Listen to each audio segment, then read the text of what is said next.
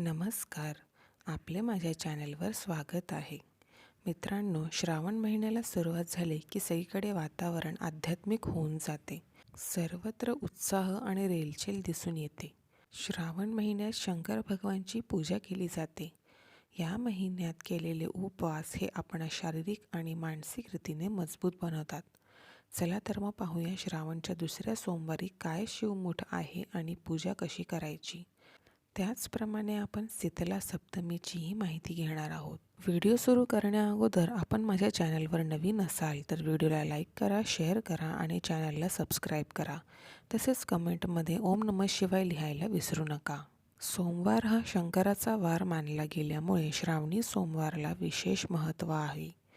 देशभरातील कोट्यावधी शिवभक्त या दिवशी महादेव शिवशंकराची पूजा करतात आणि जलाभिषेक आणि रुद्राभिषेक मोठ्या भक्तिभावाने केला जातो. शिवशंकराला पांढरा रंग खूप प्रिय आहे, त्यामुळे दुसऱ्या श्रावणा सोमवारी शिवमूठ ही तीळ आहे. तसेच उद्या शीतला सप्तमीही आहे. शीतला म्हणजेच पार्वतीचे एक रूप. ह्या देवीची पूजा करताना ताटात कणकेचा दिवा, रोली, हळद, कुंकू ठेवावे, पण दिवा मात्र न लावताच मातेसमोर ठेवावा, कारण शीतला म्हणजे शीतल.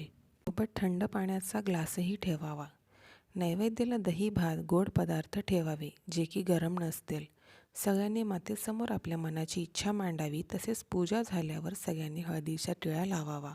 ही पूजा पहाटे 6 नंतर आपण करू शकतो. चला तर मग आपण शिवपूजन कसे करावे हे बघूया. श्रावण सोमवारी सकाळी लवकर उठून नित्यकर्म उरकल्यानंतर श्रावणी सोमवार व्रताचा संकल्प करावा.